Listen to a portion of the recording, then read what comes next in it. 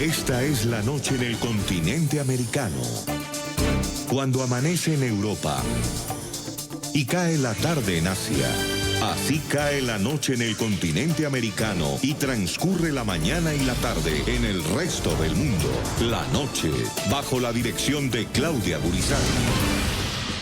Controversia en Colombia ante la confusión política y jurídica que desató el resultado que tuvieron en el Senado las votaciones sobre las objeciones presidenciales a la Jurisdicción Especial para la Paz.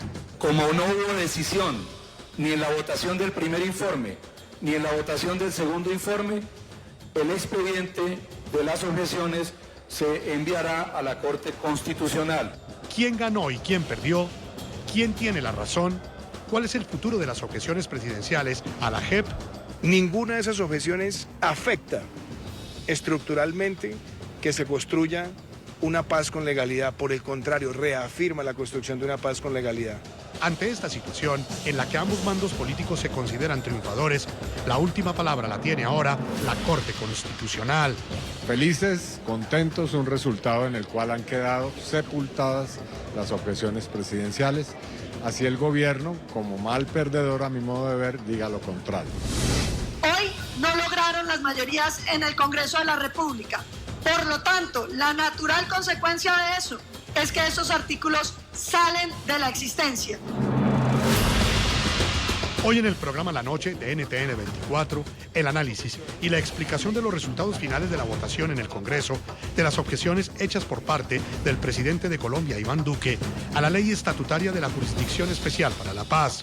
Desde ángulos de opinión opuestos, presentamos las posturas de quienes aseguran que ya fueron hundidas y quienes defienden lo contrario, argumentando que la votación final no logró la mayoría absoluta que exige la ley para que fueran rechazadas.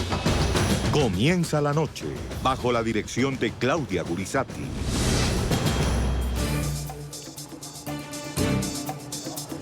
Buenas noches. La noche bajo la dirección de Claudia Gurizati enciende las luces para que usted siempre vea el punto clave de la noticia. Soy Jefferson Beltrán, bienvenidos.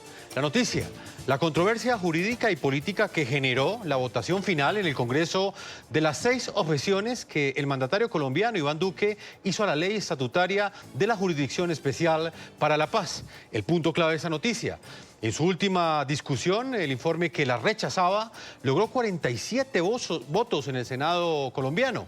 Para los sectores que defienden el acuerdo de paz firmado entre las FARC y el anterior gobierno, ese número de votos alcanza la mayoría absoluta que exige la ley y en tal sentido, según ellos, aseguran que el resultado de la votación es definitivo y que representa ni más ni menos que el hundimiento de las objeciones presidenciales. El punto clave de esa noticia. En la otra orilla está el gobierno nacional y su partido de gobierno, Centro Democrático, que aseguran totalmente lo contrario. Ellos argumentan que la votación no alcanzó el número de sufragios que exige la ley, que según ellos es de 48 votos y que por tal razón, dicen ellos, las objeciones del presidente Duque están en este momento en firme. Unos gritaban, otros manoteaban. Fueron eternas plenarias en las que la calculadora jugaba un papel fundamental entre recusaciones, impedimentos y por momentos caos y desorden. Hubo intervenciones polémicas y réplicas airadas. Entonces no entendemos las trampas que están pretendiendo tenderle hoy al Congreso y a los colombianos. Gracias, presidente. El recinto de la democracia se dividió en dos bandos que reclamaban el triunfo, pero que al final el no estar de acuerdo fue el único acuerdo. Senador, mire, senador, presidente Uribe. Ya usted lo leyó. Yo le voy a responder. No, pero es que hay una cosa más importante. El debate de las objeciones presidenciales a la ley estatutaria de la JEP tuvo en vilo a Colombia por varias semanas. Primero en la Cámara, donde fueron rechazadas por la mayoría, y luego en el Senado, donde no se pudo encontrar la fórmula para una votación definitiva. El pasado martes, día en que se adelantó la primera votación, el informe que pedía rechazar las objeciones obtuvo 47 votos a favor y 34 en contra. Sin embargo, para la presidencia del Senado se necesitaban 48 votos como requisito para adoptar una decisión. Quiero ser muy clara, presidente. Los artículos no existen porque el Congreso no les dio las mayorías. Por lo tanto, el presidente no los puede sancionar y la Corte Constitucional tiene que ser muy cautelosa de no tomar funciones que corresponden al Congreso. Pero para la oposición y el sector que defiende los acuerdos de paz, con ese resultado sí se había obtenido la mayoría absoluta necesaria para rechazar las objeciones. Felices, contentos, un resultado en el cual han quedado sepultadas las objeciones presidenciales. Así el gobierno, como mal perdedor a mi modo de ver, diga lo contrario. Cuentas e interpretaciones distintas. Veamos, el Senado está conformado por 108 legisladores. De esos, 14 se declararon impedidos, es decir que ya vamos en 94. Para que fuera mayoría y hubiese quórum, alguna de las dos opciones tenía que tener más de la mitad de los votos, es decir, 48 votos. Pero la votación de quienes rechazaban las objeciones solo alcanzó 47 votos. Como no hubo decisión ni en la votación del primer informe, ni en la votación del segundo informe, el expediente de las objeciones se enviará a la Corte Constitucional. Pero la interpretación de la oposición es distinta y estas son sus cuentas. De nuevo volvamos a la cifra del Senado, 108 curules. De nuevo descontemos los 14 impedimentos, es decir, 94 legisladores. Sin embargo, la oposición también descuenta las curules de Aida Merlano e Iván Márquez, quienes nunca asumieron sus escaños. En definitiva, 92 legisladores. Sobre ese número, la mitad más uno es de 47 votos, y como la votación obtuvo 47, para este sector político la votación cumplió con el requisito y las objeciones debían ser rechazadas. Ante la imposibilidad de tomar una decisión frente a su aprobación o hundimiento, un acuerdo político decidió dejar en manos de la Corte Constitucional la suerte de las objeciones. Muy bien, comenzamos. Hoy vamos a tener un análisis desde ángulos opuestos de la información, también de la opinión, y queremos también entregarles ese contexto para que ustedes entiendan en qué consiste esta polémica y esta confusión jurídica y política que ha generado en Colombia la votación del pasado martes, la votación final que tuvo lugar en el Senado colombiano sobre esas 6 objeciones que presentó el mandatario colombiano Iván Duque a la ley estatutaria de la Jurisdicción Especial para la Paz. También queremos conocer su opinión. Los invito a que participen en nuestro programa La Noche a través de las cuentas de Twitter, opinando con el hashtag numeral La Noche Objeciones JEP. Numeral La Noche Objeciones JEP. En el programa La Noche siempre están los protagonistas de la noticia. Quiero saludar hasta ahora en la ciudad de Bogotá, en Colombia, a Miguel Ceballos Arévalo. Es el alto comisionado para la paz y la legalidad y la convivencia en Colombia. Señor alto comisionado, bienvenido al programa La Noche. Jefferson, muy buenas noches para usted y para todos los televidentes. Alto comisionado, entreguémosle contexto a nuestros televidentes sobre esta noticia. Lo primero que quiero que nos explique con claridad era ¿cuál era el centro de este debate? ¿Cuáles eran los objetivos que perseguía el gobierno colombiano en la votación del pasado martes en el Senado y cuyo resultado hoy es objeto de una fuerte polémica? Bueno, Jefferson, lo más importante acá es que ha ganado la institucionalidad. El presidente de la República presentó unas objeciones a unos determinados artículos de la ley que regula estatutariamente la Justicia Especial para la Paz. Y al presentar esas objeciones buscaba que se hicieran unos ajustes muy importantes para evitar fundamentalmente que no se permita la impunidad frente al grave delito del narcotráfico, debilitando la figura de las tradiciones. Ese era uno de los objetivos. El otro objetivo muy importante era que el Alto Comisionado para la Paz conserve su facultad de verificar quién hace parte o no de las listas de un grupo armado y así evitar que personas que quieren aprovecharse indebidamente de la Justicia Especial para la Paz se cuelen, como decimos coloquialmente. También había unos aspectos relacionados con la práctica de pruebas en la extradición, las diligencias judiciales a las cuales debe tener facultad, debe continuar teniendo esa facultad el señor Fiscal General de la Nación, la reparación de las víctimas como una obligación principal de los victimarios, en este caso en el proceso de paz con las FARC, la obligación de las FARC de reparar a las víctimas y un tema fundamental y es la investigación de aquellas personas que cometen delitos de lesa humanidad. Alto comisionado, le voy a hacer la pregunta que de alguna forma está en el centro de la polémica en ese momento. A su juicio, las objeciones presidenciales están hundidas, están rechazadas, tal y como lo señalan los sectores que defienden este acuerdo de paz que fue firmado por el anterior gobierno y las FARC. De ninguna manera, Jefferson. La interpretación del gobierno nacional es muy clara. La Cámara de Representantes tomó una decisión negando las objeciones, pero el Senado de la República finalmente no tomó una decisión contra esas objeciones porque no llegó a una votación definitiva. En ese sentido, el gobierno nacional no comparte la posición de algunos partidos políticos que opinan o que afirman que se obtuvieron un número determinado de votos que ellos consideran que son 47 votos. Paso a explicar rápidamente de qué se trata esto. El Senado de la República en Colombia tiene 108 miembros y la mayoría para poder llegar a una decisión es la mitad de esos miembros más uno. En este caso, de esos 108 miembros, habría que restarle 14 personas que se declararon impedidas y esos impedimentos fueron aceptados.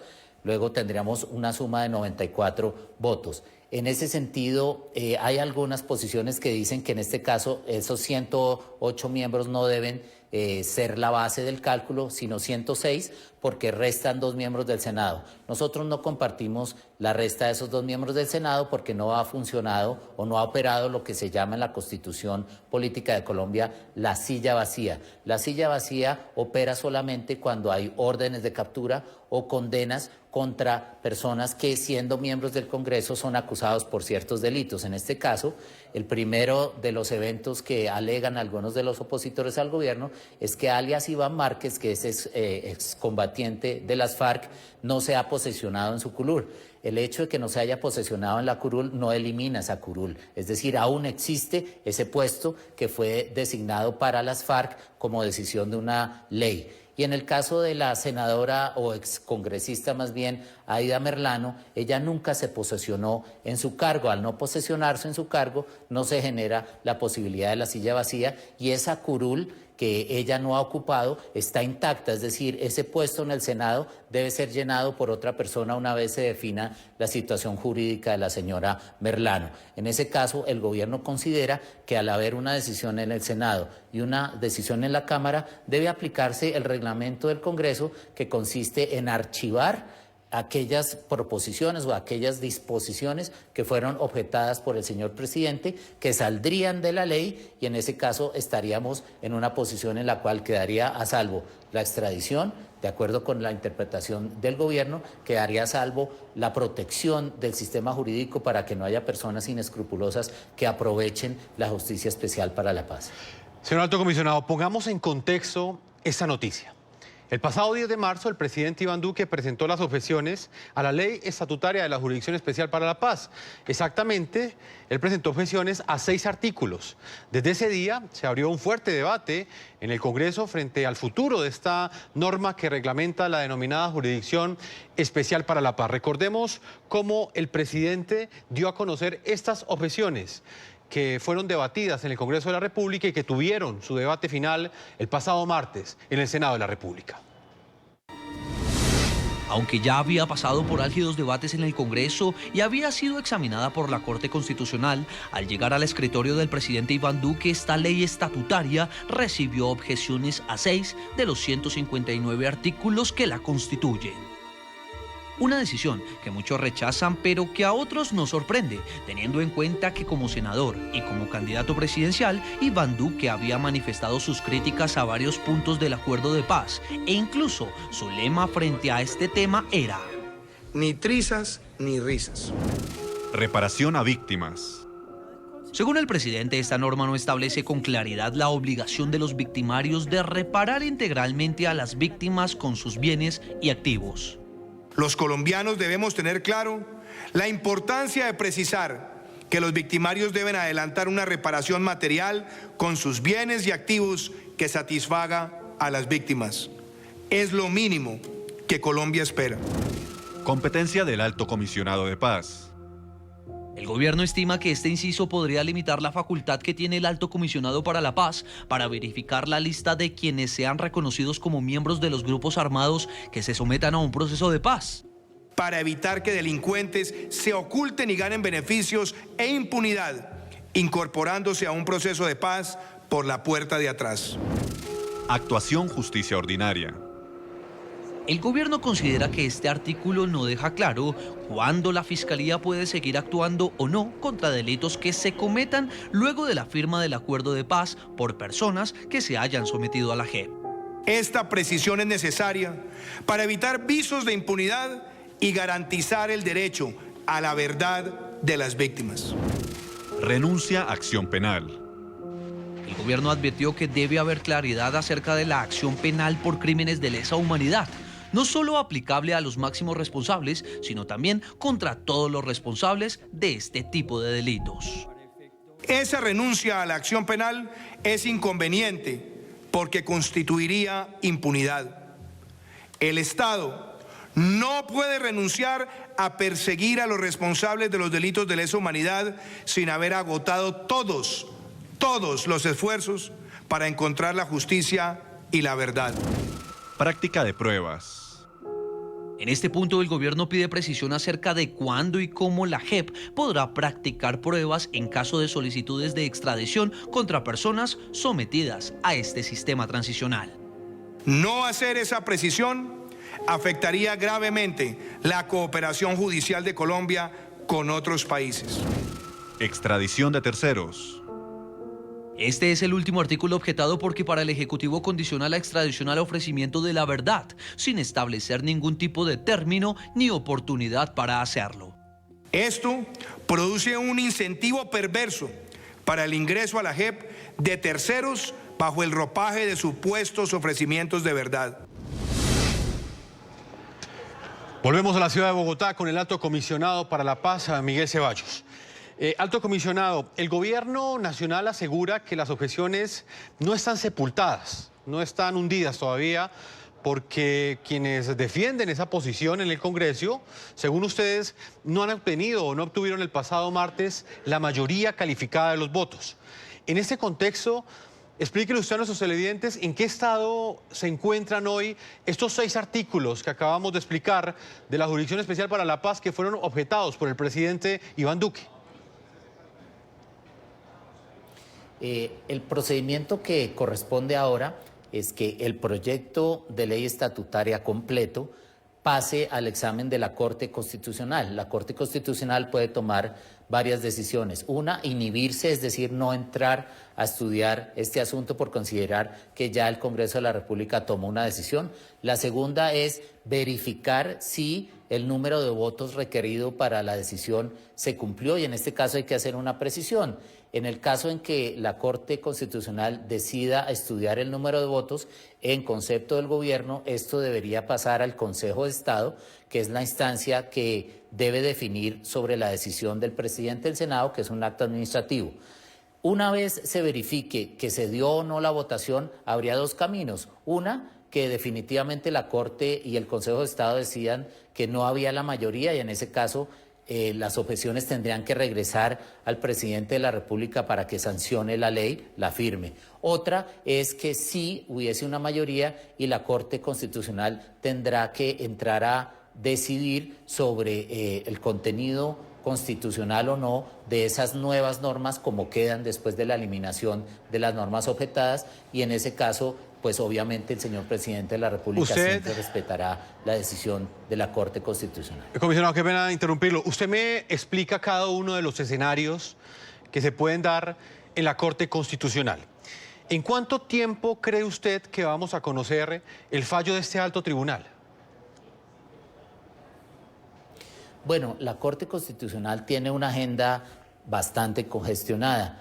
El país entero y el gobierno nacional esperan que el trámite que le dé la Corte Constitucional a lo que corresponda en el examen de esta ley estatutaria sea un trámite célere, es decir, que sea lo más rápido posible para que cualquier necesidad que se tenga frente a la implementación de aquella justicia transicional que ya está operando, vale la pena decir que esa justicia de ninguna manera ha dejado de operar ni que dejará de operar, sino que una vez la Corte tome esa decisión, pues pueda ya cerrarse este capítulo y ojalá la Corte acoja las preocupaciones del gobierno nacional, que como mencionaba anteriormente, están orientadas a defender la figura de la extradición como un mecanismo que ha sido muy eficiente en la lucha contra el narcotráfico, defender el blindaje a la Justicia Especial para la Paz para que no entren colados y defender los mecanismos procedimentales que garantizan un juicio y una investigación frente a los culpables de graves delitos. Alto comisionado, luego de este intenso debate, ¿qué conclusiones le quedan al gobierno frente a la gobernabilidad que tiene tanto en el Senado como en la Cámara de Representantes? ¿Mejoró la gobernabilidad del gobierno o aún continúa siendo débil, como lo han venido asegurando diferentes sectores desde el comienzo del gobierno del presidente Iván Duque?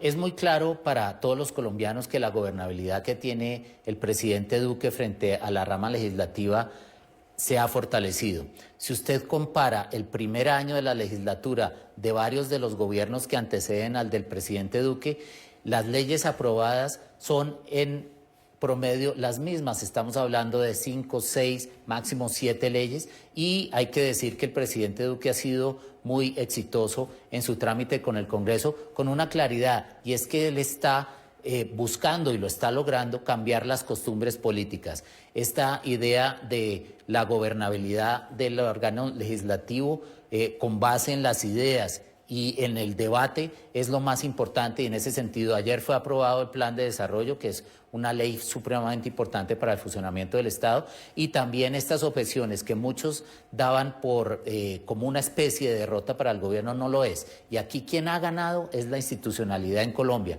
porque se está demostrando que a través de un trato digno, respetuoso de los poderes públicos entre el Ejecutivo y el Legislativo, se puede lograr éxitos y conquistas legislativas que avancen en una nueva cultura política.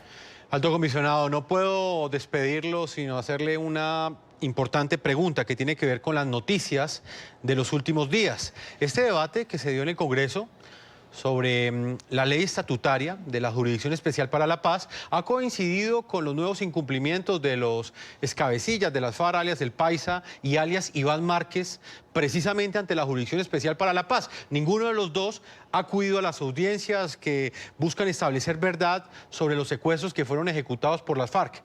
Me gustaría conocer su opinión sobre esta situación y también sobre las respuestas que ha dado la Jurisdicción Especial para la Paz ante estos incumplimientos. Mire, Jefferson, en todo este debate de las objeciones, si hay algo que queda claro, es la importancia de la Justicia Especial para la Paz. Pero una Justicia Especial para la Paz que no solamente tenga el respeto del gobierno, el respeto de los partidos políticos y el respeto de los colombianos, sino también el respeto de aquellas personas que ayudaron y que contribuyeron a su diseño.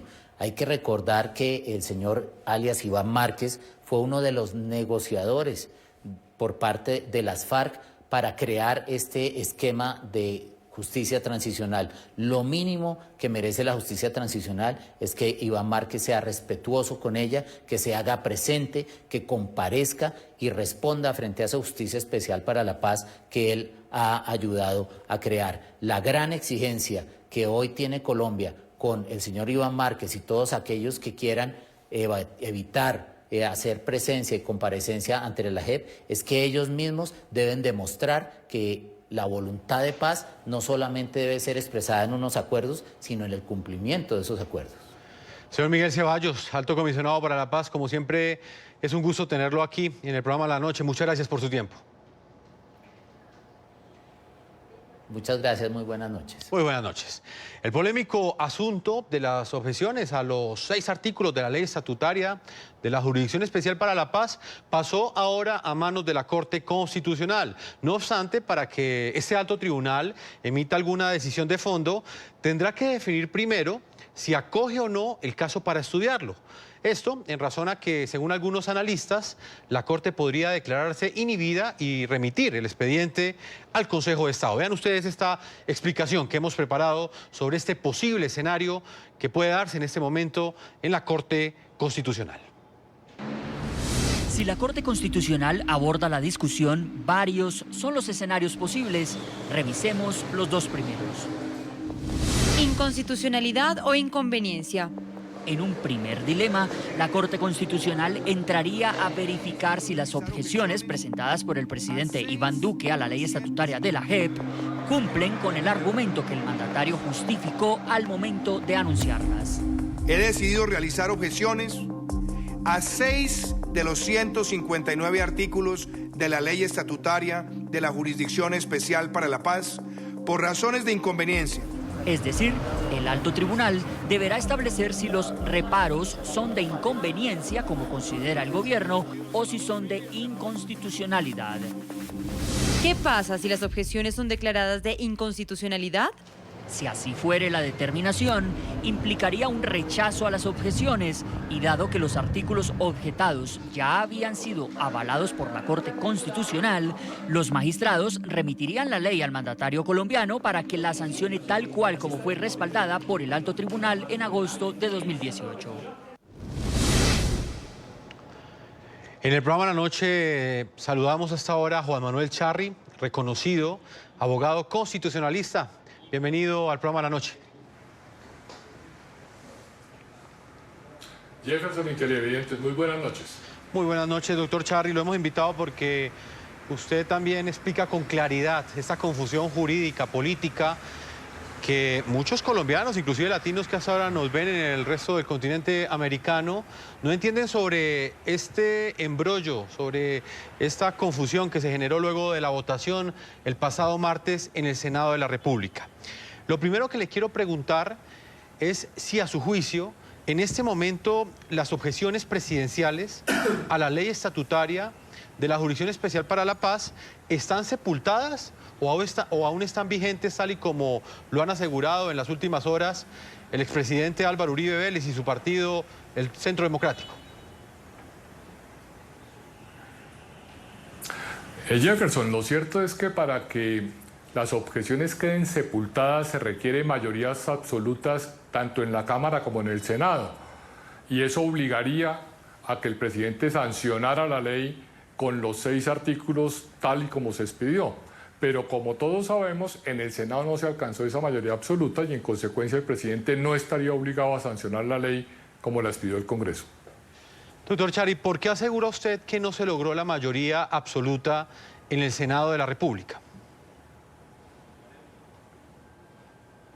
Pues habría varias reflexiones. La primera, que bajo una tremenda polarización política que ha generado la implementación del acuerdo, se han generado interpretaciones novedosas muy discutibles. Una de ellas, cambiar la mayoría absoluta por una mayoría relativa a partir de un concepto de la Sala de Consulta del Consejo de Estado y de una sentencia de la Corte Constitucional, justamente la de la ley estatutaria de la JEP, donde hace una reflexión sobre las mayorías sin tener por qué entrar a analizar ese punto.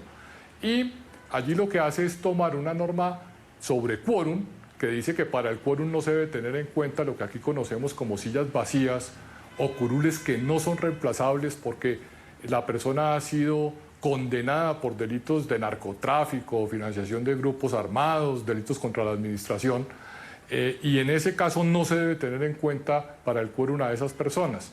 La Corte Constitucional, en una interpretación que a mí me parece muy discutible, traslada la norma del quórum a la mayoría absoluta, cuando la Constitución ha sido clara en determinar quiénes son los integrantes de las corporaciones públicas en un número absoluto. En el caso del Senado son 108 senadores, así está definido constitucionalmente, y la mayoría absoluta es la mitad más uno de los integrantes. Al relativizarlo, pues entramos en este juego que no es nada distinto que trasladar un debate político al campo jurídico. E incluso, diría yo, si acogiéramos la tesis de la Corte, no se dan las sillas vacías porque se dan en unos casos muy concretos, que son condenas por delitos que establece la propia Constitución y órdenes de captura para congresistas. En el caso del señor Iván Márquez y en el caso de la señora Merlano, no se dan esos supuestos, de manera que no se puede hacer esa resta y solo serían los impedimentos que, si se restan, la mayoría serían 48 votos, como lo dijo acertadamente el presidente del Senado. Ahora bien, la última palabra la tendrá la Corte Constitucional, pero incluso en el evento de aplicar esa tesis discutible, no se obtuvo la mayoría en el Senado. Escuchábamos el informe que nos preparó nuestro periodista Jorge Adrián Orozco sobre ese primer escenario en el cual tendrá que pronunciarse la Corte Constitucional. Este alto tribunal tendrá que definir si las objeciones presentadas por el presidente Iván Duque fueron por razones de inconveniencia o de inconstitucionalidad. Frente a este dilema, señor Charri, ¿usted por cuál de las dos orillas se inclina? ¿Usted cree que realmente estas objeciones presentadas por el mandatario colombiano fueron por inconveniencia o pueden llegar a ser calificadas como de inconstitucionalidad, tal y como lo defendieron en su momento algunos sectores que están del lado del acuerdo de paz firmado entre el gobierno anterior y las FARC? Pues sin duda son objeciones de inconveniencia y se están mezclando dos conceptos totalmente distintos. Uno es la inconstitucionalidad, que es que una ley viole la Constitución, y otro es la inconveniencia. El hecho de que la Corte Constitucional se haya pronunciado sobre la constitucionalidad de la ley, que es un presupuesto previo para la objeción de inconveniencia, no impide que se presenten las objeciones de inconveniencia. Y además tenemos algo sui generis, Jefferson. Nunca habíamos tenido en Colombia que una ley estatutaria que ya ha sido revisada por la Corte, por el hecho de que se presente una objeción, vuelva a la Corte. Eso es otra de las interpretaciones novedosas a la que le ha hecho juego la Corte Constitucional a raíz de la polarización política. Pues veamos el segundo informe que hemos preparado sobre los escenarios en la Corte Constitucional. Ya vimos lo que pasaría en caso de que las 6 objeciones sean declaradas de inconstitucionalidad y no de inconveniencia, como ha argumentado el gobierno. Ahora veamos qué sucedería en el escenario de que la Corte Constitucional concluya que eran de inconveniencia y además qué podría ocurrir con alguna eventual decisión que dirima la diferencia de criterios por la cifra que constituiría o no la mayoría en la votación del Senado. ¿Qué pasa si las objeciones sí son de inconveniencia, como dice el gobierno? Si esta es la conclusión de la Corte, los magistrados pasarían a dirimir otro debate, si el trámite de las objeciones en el Congreso cumplió o no con los requisitos. Y es ahí donde el centro de discusión será la polémica desatada por la votación en el Senado esta semana. La Corte entraría a revisar si los 47 votos emitidos contra las objeciones constituían mayoría para tumbarlas, como consideran las bancadas que se opusieron a los reparos del presidente, o si por el contrario eran requeridos 48 votos, como defiende la bancada de gobierno, para que quedaran hundidas las objeciones. Ninguna de esas objeciones afecta estructuralmente que se construya una paz con legalidad. Por el contrario, reafirma la construcción de una paz con legalidad. ¿47 o 48 votos? Si la Corte define que 47 votos eran suficientes para rechazar las objeciones, la ley sería enviada al presidente Duque para su sanción sin sacar los 6 puntos que objetó. Podría decir que ya se aprobó en el Senado porque las mayorías en el Senado se cumplieron y por tanto hay obligatoriedad del presidente de la República de firmar y de suscribir y de sancionar la ley. Caso contrario, si la Corte concluye que no hubo mayoría con los 47 votos en el Senado, la Corte evaluaría si se cumple la discrepancia entre Cámara y Senado, como sostiene la ministra del Interior, Nancy Patricia Gutiérrez. Discrepancia según la cual, como no hubo mayoría calificada en el Senado para hundirlas, como sí ocurrió en la Cámara, el proyecto queda archivado y los 6 artículos deben quedar por fuera de la ley estatutaria. No hubo mayoría calificada para hundir las objeciones. Ahora, como trámite, pasa a la Corte Constitucional, porque la Corte le había dicho al presidente de la Cámara que cualquier decisión distinta que modificara el texto del proyecto debería ir a la Corte Constitucional, y aquí se ha modificado el texto porque discrepancia entre el resultado de la Cámara y del Senado conlleva a que los artículos que fueron objetados por el presidente salen del texto. Señor Charri, usted escucha ahí que ambas orillas, ambos bandos políticos se consideran ganadores el día de hoy, lo que acrecenta la confusión entre la opinión pública. Esa confusión la va a dirimir, o por lo menos la va a esclarecer, la Corte Constitucional. Señor Charri, ¿cuánto tiempo cree usted que se va a demorar este alto tribunal en entregarle esa claridad tanto a los colombianos que piden que sean rechazadas esas objeciones presidenciales, como también a aquellos colombianos que consideran que esas objeciones pueden fortalecer el acuerdo de paz porque lo pueden mejorar. Pues Jefferson, lo primero es señalar que como estamos frente a una interpretación nueva que hace devolver la ley a la Corte Constitucional, no tenemos un procedimiento claro. Si fuera el procedimiento ordinario, podríamos intervenir los ciudadanos, habría un concepto del Procurador General y tendría que expedirse, digamos que una nueva sentencia. No creo que se aplique ese procedimiento, que tardaría mucho tiempo. Entonces estaríamos en si se está cumpliendo la sentencia inicialmente proferida cuando se hizo el análisis de la ley completa y si habría una adición a la sentencia, lo cual no tiene ninguna reglamentación y estaría, digamos, con la premura de sacar la ley estatutaria para la JEP, en cuyo caso no tardaría mucho. Señor Charri, para finalizar, quiero preguntarle algo que también me generó bastante curiosidad ante la respuesta que me entregó el Alto Comisionado para la Paz. ¿Usted cree que realmente en este momento el gobierno tiene gobernabilidad en el Congreso? Y se lo pregunto en el contexto de los resultados que tuvieron las últimas dos votaciones, tanto en el Senado como en la Cámara de Representantes. Una de ellas, precisamente las 6 objeciones que hizo el presidente de la JEP, y la segunda, el Plan Nacional de Desarrollo, cuyas votaciones fueron completamente distintas. En unas el gobierno no logró el apoyo, pero en otras sí lo logró. En el Plan Nacional de Desarrollo logró su aprobación. ¿Qué análisis hace usted sobre la gobernabilidad que tiene el presidente Iván Duque en este momento en el Congreso de Colombia? Pues que tiene una gobernabilidad relativa a los temas de discusión y a los acuerdos que puede alcanzar con distintas fuerzas políticas, de manera que tiene que ir negociando paso a paso cada una de las leyes y cada una de las discusiones que se plantean en el Congreso de la República. Pues doctor Juan Manuel Charri, como siempre es un gusto contar con usted, reconocido abogado constitucionalista colombiano. Gracias por haber estado aquí en el programa de la noche. Gracias a ustedes. Feliz noche para todos. Una feliz noche. Vamos a marcar una primera pausa comerciales.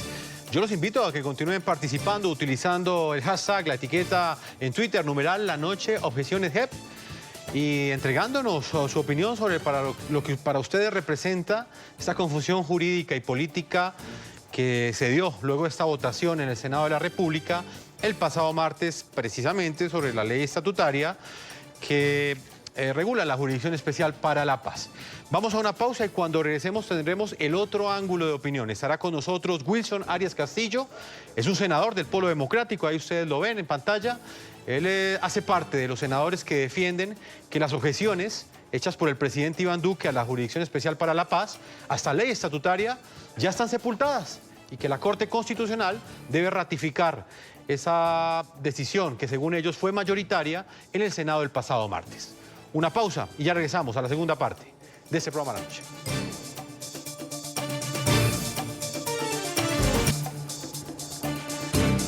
En el programa de la noche tenemos todos los ángulos de opinión. Es un gusto saludar a esta hora en la ciudad de Cali, Colombia, a Wilson Arias Castillo, senador colombiano por el Partido Polo Democrático. Bienvenido a la noche.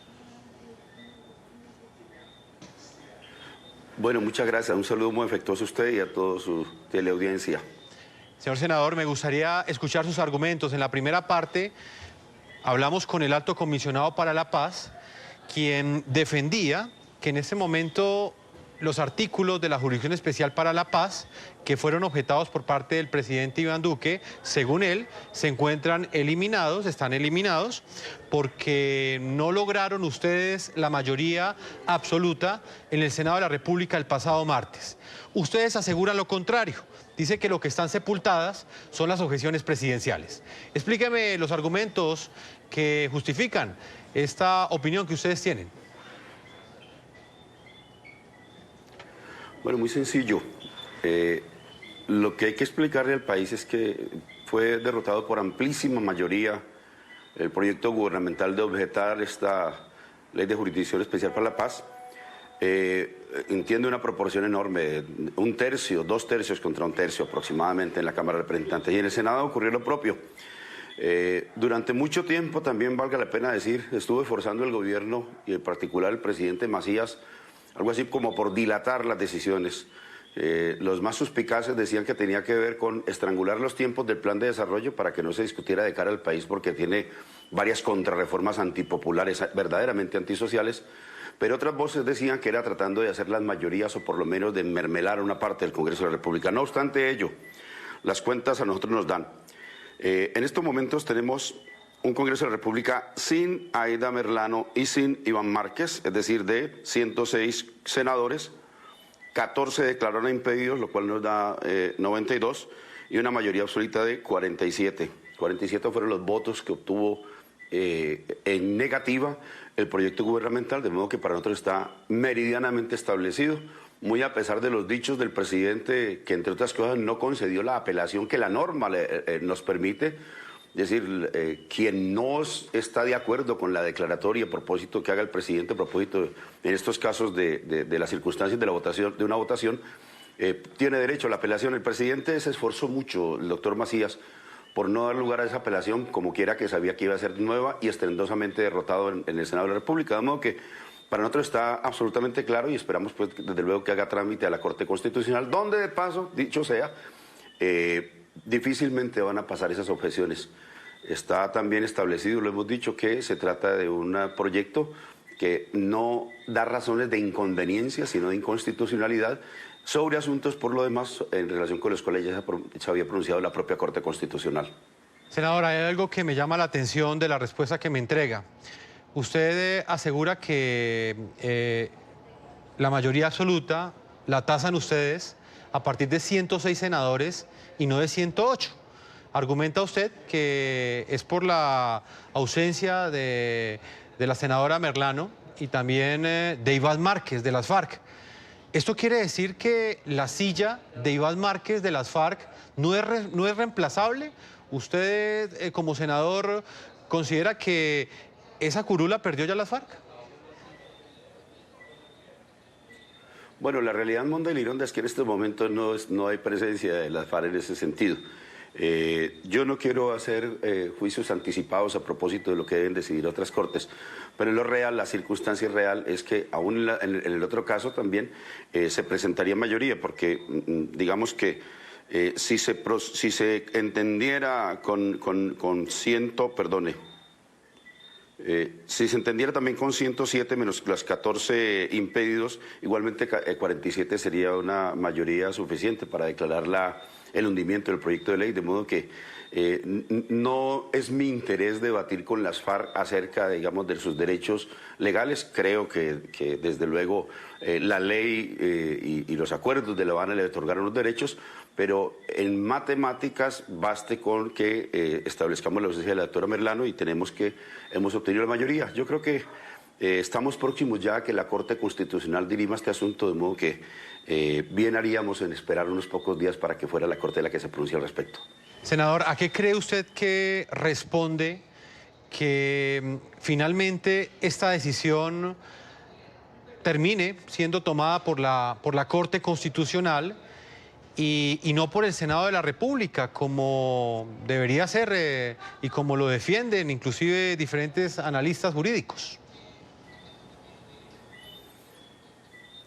Yo pienso que hay una especie de crispación muy alta de los ánimos en distintos espacios de la vida nacional. Lo que han dado en llamar polarización, pero que en oportunidades se vuelve, digamos que enrarece mucho el ambiente de la discusión. El Senado de la República ha sido escenario en estos días de acusaciones supremamente delicadas. Las que hizo Álvaro Uribe contra Gustavo Petro, por ejemplo, voz en cuello en el Congreso de la República, creo que contribuyen a exacerbar los ánimos. En general pienso que el Congreso de la República ha sido un escenario, es de esperar que tengamos confrontaciones políticas, es un foro político por excelencia, pero el modo, el tono, la manera como se han venido desarrollando las discusiones, inclusive yo creo que raya, yo decía, en la raposa jurídica, en la agresividad y en ciertos instrumentales que no creo que sean pues como muy adecuados en la política. Eso de haber dilatado tanto el examen de este proyecto de ley, perdimos casi 3 semanas, 50 días, lo que pudimos hacer en muy breve plazo, una tutela presentada a última hora, una recusación atravesada en medio de otras votaciones. ha hecho no solamente dilatar el tiempo, sino crispar mucho los ánimos. Al final, lo que tendríamos que haber resuelto de otra manera, pues el curso ya se vio, tuvimos que retirarnos de la sesión para que el doctor Macías no impusiera la voluntad minoritaria del Centro Democrático y la suya propia sobre la amplia mayoría del Congreso, que termina retirándose para forzar que la ley sea enviada a la Corte Constitucional. Senador, usted defiende que estas objeciones presidenciales sean rechazadas. Incluso asegura que ya están sepultadas en este momento luego de la votación del pasado martes en el Senado de la República.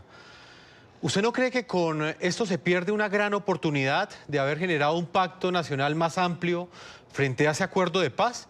Y se lo pregunto pues precisamente porque son muchos también los colombianos que consideraban que ese acuerdo podía mejorarse.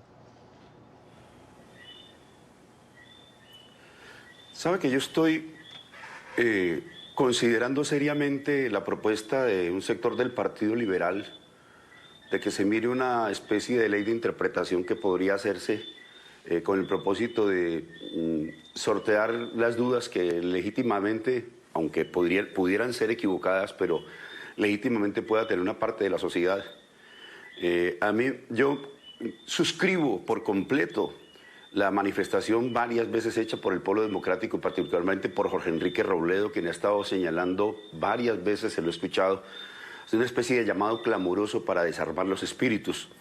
Y si cualquiera interpretación legal pudiera aproximarnos al respecto y dar tranquilidad a un espacio tan importante de la política colombiana como lo es el Centro Democrático y otros, me parece que puede ser un buen camino, se puede examinar. No es obligatorio que todos tengamos la lectura de los mismos acontecimientos y en el caso de una normativa tan importante como esta. De modo que quedo muy a la espera de lo que ha insistido el Partido Liberal al respecto. Y yo sé que no molesto a un amigo mío, un contertulio del Congreso de la República si le hago una infidencia. El día que estuvimos discutiendo las recusaciones, en particular la que yo presenté contra Fernando Araujo, tuvimos ocasión de hablar en extenso y quiero decirle al país que me quedé muy bien impresionado de la conversación.